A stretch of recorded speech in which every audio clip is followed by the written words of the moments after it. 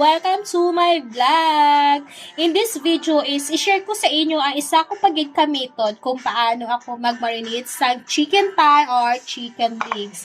In this recipe is, kinalala natin is ginger, garlic, paprika, salt, and pepper, and 1 cup of water.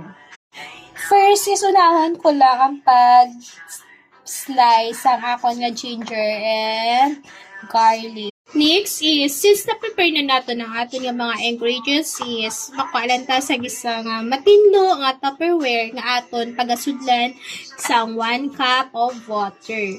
This is for grinding ha. Sa pag-grind, ang ginagamit ko na nito is, abutan ako sa black pepper.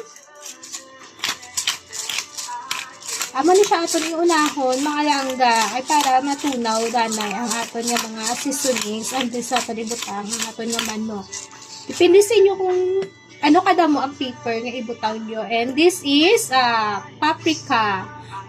Small amount lang siya guys, or ibutang nyo siya half teaspoon para lang may color. Ako na siya gintagis sa teaspoon, tansya-tansya ko lang. And, mabutang kita sa 1/2 teaspoon of asin or tunga sa kutsarita. Kaya ang asin is isam, ano siya, nagapainhan sa flavor. May sabor man siya, pero hindi nyo pagkatamhan, ha? Pindi sa inyo kapag timpla. Pag mix lang siya para mag-combine kag matunaw ang asin kag ang pepper kag ang paprika sa tubig. Next tips is natunaw na siya, ibutang natin ang garlic and ginger. Ibutang ito yung garlic guys para may aroma. Pag ang ginger is isa na siya pakuwas ng lansa. And syempre, ipadugang na siya sang aroma kag flavor sa aton nga chicken. Since tapos na natin combine ang aton tanan nga ingredients, make sure nga ang inyong kamot is limpyo ha sa pag-kapyot sa chicken thighs. Syempre ka muna makaon, dapat make sure naman nga tinlo ang paghimo ninyo.